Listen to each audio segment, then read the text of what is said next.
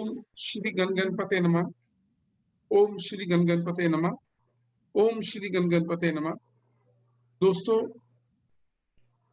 हमने लगन भाव से शुरू किया था और जब शुरू किया था तो हमने ये बोला था कि ये जब बंदा दुनिया में आता है तो सबसे पहले उसका जो शरीर बनता है वो लगन से हम देखते हैं। तो जिंदगी को हमने 12 हिस्सों में बांट दिया। टोटल 360 डिग्री जो है सर्कल 12 हिस्सों में बांट दिया। और हमने क्या किया, पहला भाव जो है लगन भाव ले लिया, हमने कहा शरीर बन गया। दूसरा भाव मैंने बोला है कि आदमी का खाना, परिवार, उसकी आंखें, हम सब ने देखना शुरू किया। तीसरा आया तो हमने बोला बाजू है। तीसरा हाउस आया तो हमने कहा राइटिंग है। स्कूल बच्चा गेम्स खेलता है, जो थोड़ा बड़ा हो जाता है तो गेम्स शुरू कर देता है। पहले घर में माँ से मदर टंग सीखता है, सेकंड हाउस से देखा। अब धीरे धीरे चलते हुए और हमने देखा वो यूनिवर्सिटी में पहुंच गया, कॉलेज में पहुंच गया, हायर एजुकेशन ले ली, फिर लोगों से लड़ाई झगड़ा शुरू कर दिया, छठे घर से देख लिया, फिर उसकी शादी कर दी, नौकरी लगी, शादी कर दी। अब शादी हो गई तो सबसे पहले अपनी वाइफ का इंश्योरेंस कराने भागता है, मेडिकल इंश्योरेंस कराता है, गाड़ी की स्पीड 100 से 80 पे ले जाता है, 80 से 70 पे ले जाता है कि अब घर में कोई वेट कर रहा है। हमने फिर देखा अष्टम भाव, ट्रांसफॉर्मेशन, एकदम आदमी अपने को छोड़ के अपनी फैमिली की तरफ भागता है। ट्रांसफॉर्मेशन के बाद हमने देखा नाइन्थ हाउस, लक हाउस देखा। लक हाउस हमने ये भी देखा कि आदमी क्या करेगा, नौकरी करता है, धंधा करता है, फिर उसमें वो कमाई करता है। 10th हाउस हमने उसका प्रोफेशन देखा, उसकी समाज में इज्जत मान देखी, राज दरबार में इज्जत देखी। 10th हाउस हमने फिर नीच भी देखे, उसके घुटने देखे। दम होगा तो भागेगा, घुटने ही बैठ जाएंगे तो क्या करेगा। अब फिर हमने कहा 11th हाउस, अब नौकरी कर ली, पैसा कमा लिया, फिर क्या करेगा वो, फॉरेन कंट्री का चक्कर लगा लेता हूँ, बेटे की शादी कर दूं, मकान बना लूं, 4 पैसे बैंक में डाल अच्छा। लूं, ठीक है, फैमिली के साथ फॉरेन ट्रिप पे चला जाऊं। वो सारा हमने 11th हाउस में देखा कि जो भी उसके मन में इच्छाएं होती हैं जिंदगी की, वो सारी की सारी 11th हाउस से हमने ले लिया। देखिए धीरे धीरे धीरे धीरे चलता जाता है, वो लास्ट स्टेज भी जिंदगी की आनी होती है। तो जो 12th हाउस है वो क्या है, वो जिंदगी का लास्ट पार्ट है। खर्चा। खर्चा तो है ही है, जिंदगी का लास्ट पार्ट है, जैसे जन्म से शुरू किया मौत में खत्म होगा। तो 12th हाउस क्या मोक्ष। है, हमने पढ़ा मौत के बारे में, पढ़ते हैं मौत के ऊपर खर्चा जो होता है। अब आज हम जो करने जा रहे हैं वो है 12th हाउस। होता क्या है, बुजुर्गी में क्या होता है, या तो आदमी हॉस्पिटल्स में रहता है, दवाइयों का, दो बुजुर्ग आदमी बैठे होंगे तो बातें यही कर रहे होंगे, मेरी बीपी की दवाई चल रही है, मेरी शुगर की दवाई चल रही है, मेरे घुटने खराब है, मेरा स्टंट पड़ा हुआ है, मेरी किडनीज की प्रॉब्लम है, यूरिन की प्रॉब्लम है। सो जो दो बुजुर्ग आदमी बैठेंगे तो वो दवाइयों की बात करेंगे, हॉस्पिटल्स की बात करेंगे। या रात को नींद नहीं आती तो 12th हाउस से हम उसका रात को नींद को भी देखते हैं। एक आदमी सारी रात जागता रहता है, जो बच्चा पैदा होता है तो 22 घंटे सोता है, 2 घंटे जागता है। धीरे धीरे धीरे धीरे एक स्टेज आ जाती है कि हम दिन में आधा दिन सोते हैं, 8 घंटे सोते हैं, 16 घंटे काम करते हैं। फिर टाइम आ जाता है बुजुर्गी में, बुजुर्ग कहते हैं यार नींद ही नहीं आती। आजकल घड़ियां लगा दी बुजुर्गों ने अपने, कहते हैं साउंड स्लीप 30 मिनट, 25 मिनट रात को, पूरी रात स्वप्न ही आते रहते हैं, नींद ही नहीं आती। ये सारी चीजें हमने 12th हाउस से देखनी है। 12th हाउस एक बहुत ही इंपॉर्टेंट हो गया। कई लोग क्वेश्चन लेके आते हैं, मोक्ष मिलेगा कि नहीं मिलेगा। क्यों, आदमी जब सब कुछ कमा लेता है ना तो फिर पूजा पाठ की तरफ चल पड़ता है, उसको लगता है भगवान के पास जाने का टाइम आ गया है। तो वो मंदिर में, गुरुद्वारे में, घर में पूजा पाठ, कुछ ना कुछ तीर्थ स्थानों की यात्रा और दान करना शुरू कर देगा। पैसा है, रिटायरमेंट के बाद पेंशन है, खर्चा है नहीं, बच्चे सेट हैं, तो क्या करेगा, दान पुण्य शुरू कर देगा, गरीबों में बांटेगा, हॉस्पिटल्स में देगा, किसी आदमी के, गरीब आदमी की दवाई का अरेंजमेंट कर देगा। सो दान पुण्य, पूजा पाठ, धर्म कर्म, ये जो आदमी करता है, फिर वो पता है क्या करता है, जब सारा दिन बैठा माला लेके बैठा रहता है तो पूछता क्या है, मोक्ष मिलेगा। क्वेश्चन आता है, मोक्ष मिलेगा कि नहीं मिलेगा। वो हमने बताना है उसको, इस जन्म में मोक्ष मिलेगा कि नहीं मिलेगा। बहुत बार लोग क्या करते हैं, सारा कुछ छोड़ के जिंदगी में जो भी कमाया है, करोड़ों अरबों रुपए की प्रॉपर्टी कमाई है, छोड़ के साधु बन जाते हैं। हरिद्वार जाके बैठ गए, किसी तीर्थ स्थान पे जाके आश्रम में बैठ गए। कई लोग क्या करते हैं, तिरुपति बालाजी जाते हैं, जो पैसा कमाया होता है वहां पे गुप्त मंदिर में डाला। ये हाउस ऑफ डिटैचमेंट है, 12th हाउस। तो इसके बारे में ही हम आज थोड़ा डिटेल में चर्चा करते हैं। ये देखिए,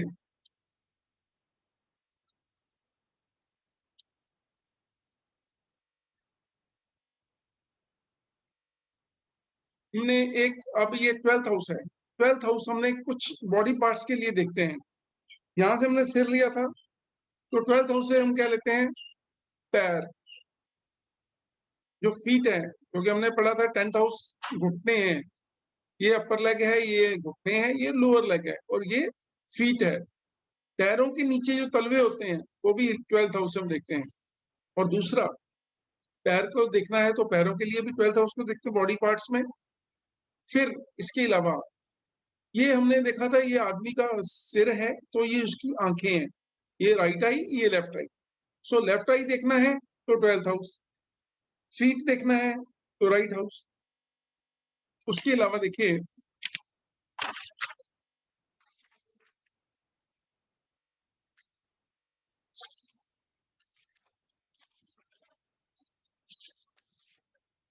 हमने इसके अलावा देखा था 12th हाउस जो है वो त्रिक भाव है। त्रिक भाव, त्रिक भाव कौन कौन से होते हैं,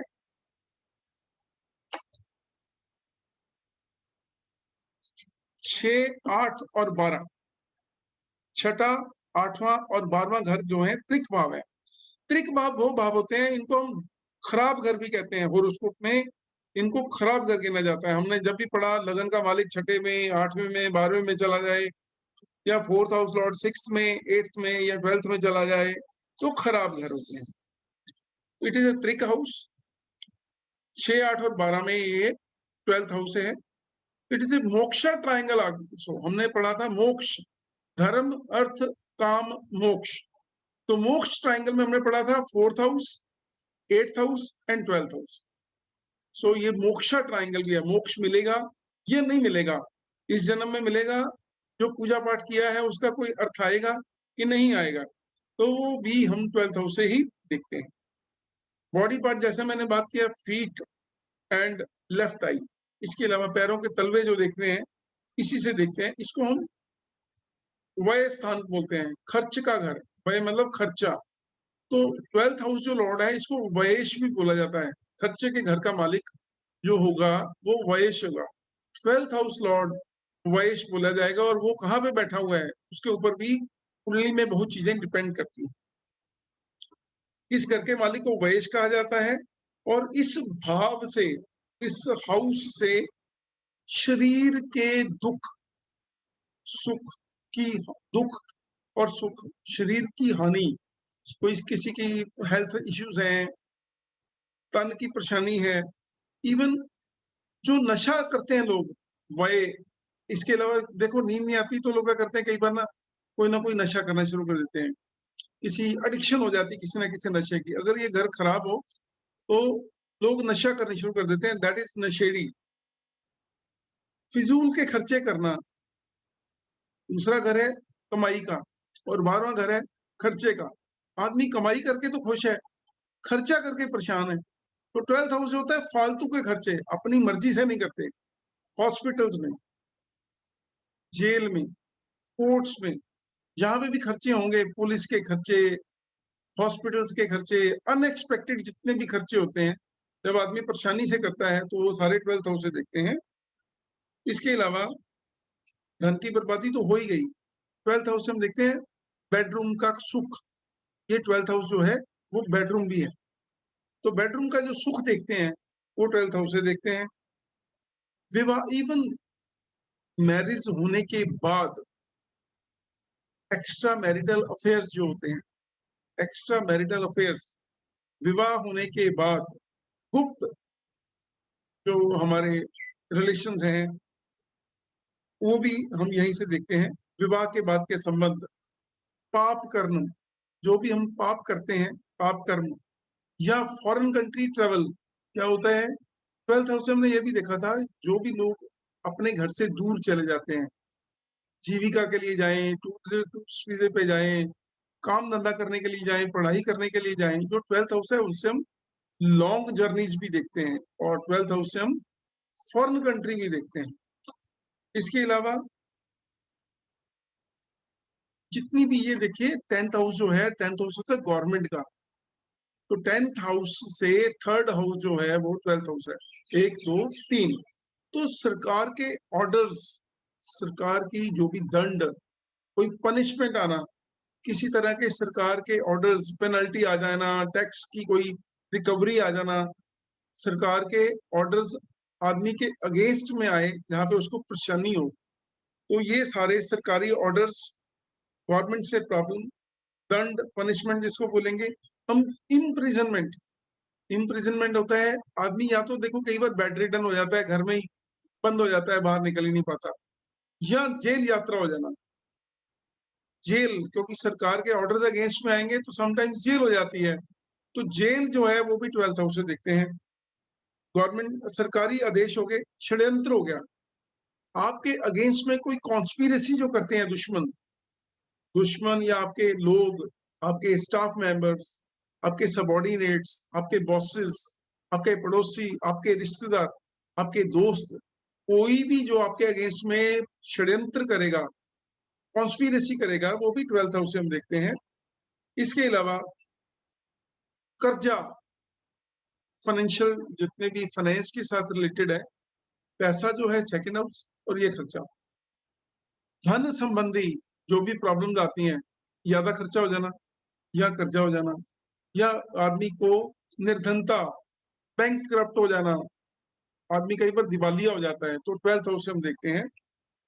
इसके अलावा लॉस ऑफ स्पाउस, क्योंकि ये वाइफ का घर है 7th हाउस, तो लॉस वाइफ का 1 2 3 4 5 6, वाइफ का जो लॉस है, loss of spouse, loss of, even शादी के बाद जो हम कहते हैं कोई डाइवोर्स हो गया या पैसा देके जान छूटी, ये सारी की सारी चीजें 12th हाउस से देखते हैं। इसके अलावा 10th हाउस हमने जॉब देखा था, तो 10th हाउस से 3rd हाउस है, तो जॉब से टर्मिनेशन हो जाना, नौकरी छूट जाना, आदमी को नौकरी से जवाब हो जाना, ये भी हम 10th हाउस से देखते हैं, 12th हाउस से देखते हैं। फिर एक होता है settlement in a foreign country में, 2 3 क्वेश्चन ज्यादा आते हैं एज ए एस्ट्रोलॉजर। एक क्वेश्चन आता है जी, सेटलमेंट आज की डेट में पंजाब में तो यही है कि हर आदमी ये पूछना चाहता है कि मैं फॉरेन जाना चाहता हूँ, टीआर मिलेगी कि नहीं मिलेगी, टीआर मिलेगी कि नहीं मिलेगी, पढ़ाई के लिए चला जाऊंगा कि नहीं चला जाऊंगा, शादी के लिए या कोई शादी करवा के जाना चाहता हूँ। So settlement in a foreign country on what basis, शादी, पढ़ाई या नौकरी, या कॉन्ट्रैक्ट मैरिज हो जाती है, कई बार कॉन्ट्रैक्ट लेबर हो जाती है, जो भी सेटलमेंट है, लॉन्ग टर्म जर्नीज, पीआर मिलेगी नहीं मिलेगी, वो 12th हाउस।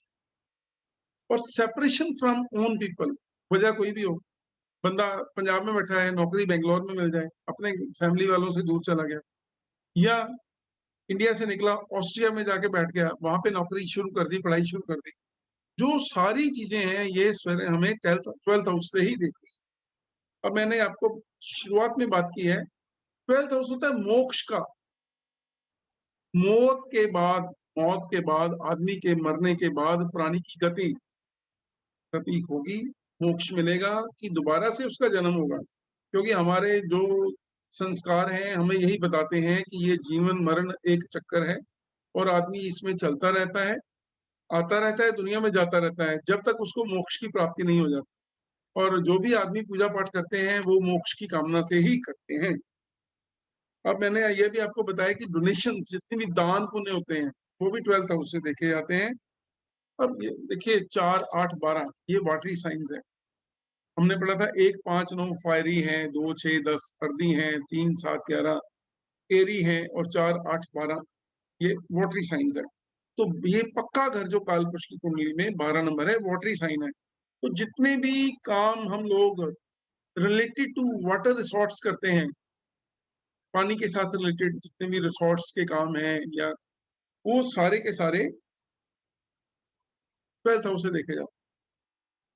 अब देखिए और चीज है इसमें बहुत इंटरेस्टिंग, ये फिफ्थ हाउस है। फिफ्थ हाउस किसका होता है? बच्चों, अपने बच्चों का। तो हमारा जो फिफ्थ अष्टम भाव है, यह हमारा फिफ्टी का है। अष्टम भाव ट्रांसफॉर्मेशन का भी है, लेकिन आदमी स्ट्रगल करके सीखता है। उसी तरह ये पंचम भाव से अष्टम भाव है, 1 2 3 4 5 6 7 8। फिफ्थ हाउस से एट्थ हाउस है। फिफ्थ हाउस क्या है? बच्चों का। जो बच्चों पर भी अचानक कोई विपत्ति आती है, बच्चों पे कोई अचानक विपत्ति जो आती है, वो भी ट्वेल्थ हाउस से। उनकी पद प्रतिष्ठा, बच्चों की कोई loss of reputation, status enhancement ना हो, डाउन हो जाए, एकदम बैठे बैठे कोई परेशानी आ जाए, ये सारी की सारी चीजें ट्वेल्थ हाउस है। और ट्वेल्थ हाउस बहुत इंपॉर्टेंट हो गया। अब देखिए, हमने हर जगह पे कारक पढ़े थे। अब इस घर के बहुत सारे कारक हैं। शनि दुख का कारक है, हमने पढ़ा हुआ है। शनि दुख का कारक है, बीमारी का, डिले का, संघर्ष का। छठे घर का, आठवें घर का और 12वें घर का मालिक कारक जो है वो पक्का कारक शनि है। पहला शनि कारक है। अब दूसरा, परेशानी क्या आती है आदमी को? सबसे पहले तो अगर पैसे नहीं है ना, फिर दिक्कत है। खर्चा है, कमाई नहीं है। अगर खर्चा फिजूल हो या फाइनेंशियल टाइटनेस हो, एस्ट्रोलॉजर्स के पास क्वेश्चन कैसे आते हैं? ऐसे ही क्वेश्चन आ गया जी, कमाई करता हूँ, पैसा टिकता नहीं है। बोल तो कमाई नहीं है। कमाई है तो पैसा टिकता नहीं है, खर्चा ज्यादा है, कमाई कम है। हर टाइम फाइनेंशियल सैलरी 10 को आती है, 11 को खत्म हो जाती है। और एक महीना लोगों से मांग मूंग के गुजारा करते हैं, अगले महीने आते हैं, पिछले पैसे दे देते हैं, अगला फिर कर्जा ले लेते। कर्जे का बहुत लंबा चौड़ा क्वेश्चन चलता है। सो शनि इस घर का कारक है खर्चे के लिए, फिजूल खर्ची के लिए, अर्थ संकट, फाइनेंशियल टाइटनेस, या फाइनेंस के साथ रिलेटेड कोई भी टेंशन जो होती है मन को, शनि होती है। शनि उसका कारक है। और दूसरा, शनि कारक है सेपरेशन का। शनि एक सेपरेटिव प्लेनेट है, ये आदमी को अपने घर से दूर ले जाता है। सो शनि ट्वेल्थ हाउस को देखे, शनि में बैठा हो, शनि ट्वेल्थ में बैठा हो, ट्वेल्थ हाउस को देखे, तो हम ये बोलते हैं कि ये आदमी अपने घर से दूर चला। पहला। अब दूसरा कारक है मंगल। मंगल है पुलिस, पुलिस। मंगल है लड़ाई झगड़ा। मंगल है आपकी एनर्जी वेस्टेज, फालतू के कामों में। जब कोर्ट कचहरी हॉस्पिटल थाने में आपका पैसा लगता है ना, तो वो वेस्टेज है, क्योंकि उसमें कोई प्राप्ति नहीं हुई। तो मंगल आ गया। भाग दौड़ भी है, थाने में जा रहे हो, हॉस्पिटल में जा रहे हो, कोर्ट में जा रहे हो, पैसा लगा रहे हो, फायदा कोई नहीं हो रहा, वेस्टेज ऑफ एनर्जी। अगर ट्वेल्थ में मंगल आ गया, मंगल कारक है बंधन, जेल यात्रा, आदमी को जेल में बंद करा देता है, चार दीवारी के अंदर बंद होना पड़ता है मंगल की वजह से, पुलिस की वजह से। लड़ाई झगड़ा जो होगा वो मंगल की वजह से, पुलिस इन्वॉल्व होगी तो मंगल की वजह से। हाँ, अगर यहाँ पे राहु आ जाए तो फॉरेन कंट्री के लिए कारक है राहु, क्योंकि राहु विदेश यात्रा का कारक है, और राहु जेल यात्रा का भी कारक है। राहु इज द कारक फॉर इम्प्रिजनमेंट आल्सो। फिर आता है शुक्र। शुक्र कारक है बेडरूम का। अगर ट्वेल्थ में शुक्र हो तो आदमी एंजॉय करता है, बेडरूम अच्छा होता है उसका। यहाँ से हम बेडरूम भी देखते हैं, आदमी के बेडरूम का कलर कौन सा है, बेडरूम का सुख है नहीं है। तो ये ट्वेल्थ हाउस जो है ना, जहाँ से शुक्र आ गया तो आदमी एंजॉय करता है। बेड प्लेयर्स, हाँ, केतु आ गया तो ये मोक्ष की कुंडली हो जाती है। Ketu in twelfth house, Ketu कारक है मोक्ष का। देखिए, जब हम राहु और केतु के बारे में पढ़ेंगे तो राहु खराब करता है, केतु आदमी को महत्वाकांक्षी बनाता है, आदमी हमेशा तरक्की करना चाहता है। केतु आ गया तो वो मोक्ष की तरफ चलेगा, पूजा पाठ में, अध्यात्म में, दान पुण्य में, लोगों को अपना डोनेशन देने में, बिना किसी बिना किसी अपेक्षा के, एक्सपेक्टेशन के, किसी की सेवा करना, वो केतु की वजह से होगा। अब देखिए, अगर यहाँ पे गुरु आ गया तो गुरु, क्योंकि 9 और 12 दो राशियों का लॉर्ड जो है वो गुरु है। गुरु जो है अध्यात्म का गुरु भी है। तो 12th हाउस में अगर गुरु आ जाए तो आदमी अपनी चाहे जिंदगी में जो मर्जी किया हो, अपनी लास्ट स्टेज ऑफ लाइफ में वो आध्यात्मिक हो जाता है। किसी धार्मिक संस्था के साथ, किसी चैरिटेबल ऑर्गेनाइजेशन के साथ, मंदिर में, गुरुद्वारे में, मस्जिद में, चर्च में, कहीं ना कहीं वो बंदा इन्वॉल्व हो जाता है और वहां पे वो एक स्थान ग्रहण कर लेता है। सो 12th में अगर गुरु होगा तो अध्यात्म के लिए बहुत अच्छा है। शनि और राहु होगा तो फॉरेन कंट्री जाने के सेटलमेंट इन फॉरेन कंट्री हैं, लेकिन राहु अगर पीड़ित है तो जेल यात्रा भी हो सकती है। तो जहां तक हमने पढ़ा है 12th हाउस, द्वादश भाव कुंडली में, this is house of detachment. इस दुनिया से अपने आप को अलग करना, फैमिली से, समाज से, ताकि अपने को मोक्ष की तरफ लेके जाना। जब तक हम हमारी सोच अपने परिवार में फंसी रहेगी, लोगों में फंसी रहेगी, पैसे में फंसी रहेगी, तब तक हम मोक्ष की प्राप्ति नहीं कर सकते। तो ये दुनिया से जाने के लिए आदमी जब जाता है तो वो अल्टीमेटली, जो आदमी इन चीजों को छोड़ देता है वो सुखी रहता है। जो आदमी नहीं छोड़ता है वो बाद में उसकी आत्मा यहीं पे घूमती है। So this governs all the things which exist without physical forms। इसमें हमारे सुपने जो लेते हैं, सुपने हैं लेकिन फिजिकल फॉर्म में नहीं है। सीक्रेट्स हैं, गुप्त चीजें हैं, लेकिन वो भी फिजिकल फॉर्म में नहीं है। या हमारे मन में जो इमोशंस है वो भी फिजिकल फॉर्म नहीं है, लेकिन एग्जिस्ट करते हैं। हम ये नहीं कह सकते स्वप्न नहीं आते, सीक्रेट्स नहीं है, इमोशंस नहीं है, वो सभी चीजें हैं। वो हम सब 12th हाउस से देखते हैं।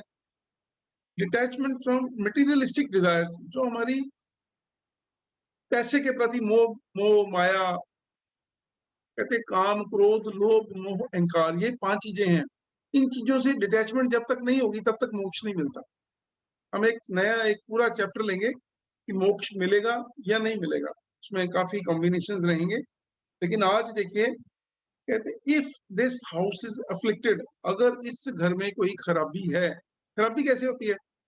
या तो खराब प्लेनेट बैठ जाए, या इस घर का प्लेनेट जो मालिक है वो कहीं पे खराब जगह पे बैठ जाए, या इस घर के मालिक के साथ कोई खराब प्लेनेट बैठ जाए, या इसको कोई खराब प्लेनेट देख जाए। यही 3-4 कॉम्बिनेशन होते हैं।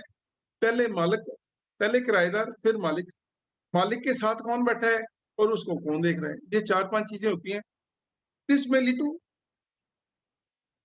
हॉस्पिटलाइजेशन, हॉस्पिटल में भर्ती हो जाना, रात को नींद ना आना। ये बहुत बड़ी प्रॉब्लम है। लोग आते हैं डॉक्टर के पास कि डॉक्टर साहब मेरे को नींद ही नहीं आती, सारी रात मेरे को सपने आते रहते हैं और सुबह उठता हूँ तो जान ही नहीं होती शरीर में। फिर जेल की बात आ गई, लोग बहुत परेशान है। जेल, अगर जेल का डर ही बहुत होता है, जेल जाना तो बात की बात है। इम्प्रिजनमेंट हो गया, सेपरेशन, फिर नशा बहुत बड़ी प्रॉब्लम है, एडिक्शन एंड सो ऑन। सो अगर बंदा मेंटली वीक होगा तो एडिक्शन की तरफ चलेगा। और ऐसा कोई नशा करेगा शराब का, कोई करेगा अफीम का, कोई करेगा चर्च का, गांजे का। सो एडिक्शन, ये भी एक बहुत बड़ी प्रॉब्लम है आज की डेट में उसमें। तो वो भी 12th हाउस से हम देखते हैं। कोई नहीं, आदमी जो है, फिर पोर्नोग्राफी, हर टाइम कंप्यूटर पे बैठ के या नेट पे ऊपर बैठ के सेक्सुअलिटी देखते रहना, ये भी एक एडिक्शन है। वो भी 12th हाउस है। रात को बच्चे सोते नहीं है, 2-2 बजे तक बैठे नेट पे क्या कर रहे हैं? घर वालों कहते हैं हम पढ़ रहे हैं, देख रहे हैं वो पोर्नोग्राफी। और जितना जितना देखते जाते हैं उतना उतना इंटरेस्ट बनता जाता है, सुबह उठ लेट उठते हैं। सो ये सारी जो चीजें हैं, ऑब्सेशन विद सेक्सुअलिटी, ये 12th हाउस से आ गया। फिर इसके अलावा जितना मैंने आपको बताया, लॉ एनफोर्समेंट, जितनी भी सरकार की ये लॉ को एनफोर्स करने वाली है, एजेंसीज हैं, हेल्थ इंस्टीट्यूशंस हैं, लाइक अगर अच्छा होगा तो एनजीओ आ गए, नॉन गवर्नमेंट ऑर्गेनाइजेशन जो रन करती हैं हेल्थ के लिए, क्राइम के लिए। ये सारी की सारी हमने 12th हाउस से देखनी है। मेरे ख्याल बहुत लंबा हो जाएगा ये 12th हाउस ही, जब हमने 12 घर पढ़े हैं तो ये भी एक अपने आप में बहुत इंपॉर्टेंट। देखिए 12th house is important for those who are moving on spiritual path. जो लोग मोक्ष की प्राप्ति करना चाहते हैं, कौन होते हैं? साधु लोग, महात्मा, साधु, मॉन्क्स, बहुत भिक्षु आ जाते हैं, monks, sages, people trying to get enlightened. कोई योगा कर रहा है, कोई पूजा पाठ कर रहा है, कोई कहीं बाबा के पास बैठा हुआ है, कोई हरिद्वार में है, कोई कहीं पे पहाड़ों में पूजा पाठ करते हैं। जप, तप, दान, पुण्य ऑल्सो इन्फ्लुएंसेस प्लेसेस लाइक आश्रम है, जितने भी मेडिटेशन सेंटर्स हैं, मोनेस्ट्रीज हैं, बौद्ध भिक्षु यहाँ पे बैठे हुए हैं, प्लेसेस ऑफ वर्शिप जितने भी हैं, मंदिर में सुबह 4 बजे लोग घंटियां खड़का रहे हैं, and so on. It is the house which determines your capacity to give up everything. ये देखिए बहुत इंपॉर्टेंट होता है कि कमा तो सब कुछ लिया और उसको एक ही झटके में छोड़ देना सभी के बस का नहीं होता। डिटरमिन्स योर कैपेसिटी है, हर आदमी में दम नहीं होता, किसी को 100 रुपए देने का भी दम चाहिए होता है, और कुछ लोग होते हैं अपनी अरबों की प्रॉपर्टी 1 मिनट में ही किसी चैरिटेबल ऑर्गेनाइजेशन को देके निकल जाते हैं। to become one with, ये तभी पॉसिबल है, determines your capacity to give up everything to become one with the divine force। आत्मा और परमात्मा का मिलन। देखिए आत्मा आपके अंदर भी है, आत्मा मेरे अंदर भी है, तो हम यही चाहते हैं कि आत्मा का मेल परमात्मा से हो।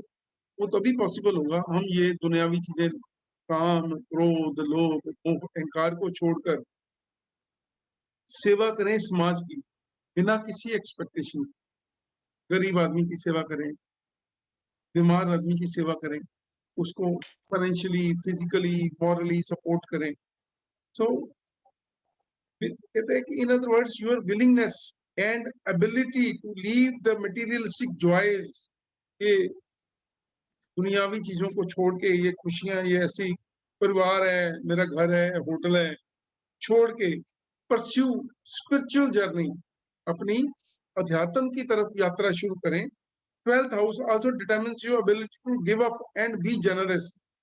Actions without expectations, जैसे मैंने बोला, actions without expectations, बिना किसी सोच के, किसी रेसिप्रोकेशन के कि मेरे को मिलेगा कि नहीं मिलेगा, आप सेवा कर रहे हो। Also related to this house, qualities of humility and compassion are determined by humility. आप में कितनी दानशीलता, दया, धर्म है, वो भी 12th हाउस से ही पता लगेगा। It stands for losing yourself, अपने आप को गुम कर देना, in order to find God and to become one with him, आत्मा का परमात्मा से मेल हो जाना। तो 12th हाउस, ये देखिए 12th हाउस के बारे में आज मैंने आपको बहुत लंबा लंबा बता दिया, इसमें और बहुत चीजें हैं, मोक्ष कुछ क्वेश्चन आएंगे, वो हम अगले सेशन में बात करेंगे।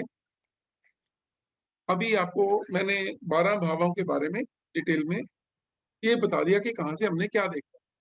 तो मेरे ख्याल से आप लोगों के लिए इतना ही अभी काफी है। अब मेरा एक क्वेश्चन है कि हमने 12 भावों के बारे में पढ़ा है, आप लोगों को कितना समझ आया है, कितना नहीं आएगा, वो कैसे पता लगेगा? उसका पता लगाने के लिए हमें क्या करना पड़ेगा कि एक टेस्ट लेना पड़ेगा। तो टेस्ट जो है वो मैं प्लान कर रहा हूँ। आप बताइए कि आपको 26 तारीख को अगर टेस्ट ले लिया जाए तो शूट करता है?